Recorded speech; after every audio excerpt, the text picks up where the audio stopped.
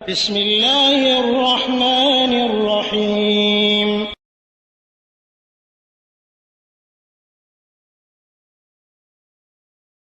ওয়ালাইকুম আসসালাম রহমতুল্লাহ। রেজাউল করিম ভাই দুবাই থেকে জানতে চেয়েছেন, আমাদের অনেক সময় জামাত কাজা হয়ে যায়, তো সেই সালাদটা যদি আমরা পরবর্তী সময় পড়ি, তাহলে ওই আগের সালাতের অর্থাৎ কাজা সালাতের পরে যে দোয়াগুলো সেগুলো পড়তে হবে কিনা? জি না, সেগুলো পড়া লাগবে না।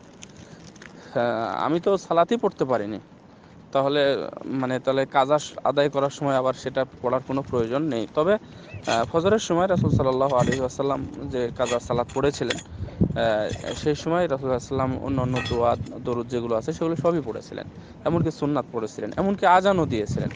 আজান দেওয়ার পরে সুন্নাত পড়েছিলেন, সুন্নাত পড়ার পরে সেটা ফরজ সালাত আদায় করেছিলেন। সেটা ফজরের বিষয়টা ভিন্ন। আর প্রতিনিয়ত যদি, আর এটা রাসূল সাল্লাল্লাহু আলাইহি ওয়াসাল্লামের এটা একটা ইতিহাস বা এটা একটা শরীয়ত হয়ে গেছে। তো এইটা হাতে গোনা 23 বছরের জীবনীতে হাতে গোনা কয়েকটি বার এই ধরনের ঘটনা ঘটেছে। যেটা একদিন ঘুমের কারণে, আরেকদিন যুদ্ধের কারণে এরকমভাবে পাওয়া যায়। তো এটার অর্থ এটা নয় যে আমরা সবগুলো সবসময় আদায় করব, সেই সুন্নাতগুলো, সেই ইয়াগুলো।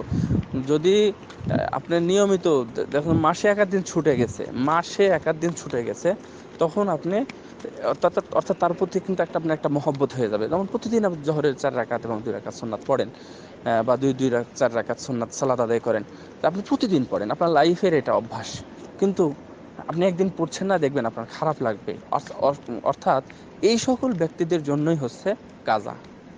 মানে আপনি যদি প্রতিদিনই কাজা পড়েন, পড়া হয়নি, আজকে পড়া হয়নি, পড়ে নিলাম, আগামী গতকাল পড়া হয়নি, তা আবার পড়ে নিয়েছি ইত্যাদি, এশার সময় পড়া হয়নি, আবার ফজরের আগে পড়ে নিলাম, মাগরিবের সময় পড়িনি ইত্যাদি।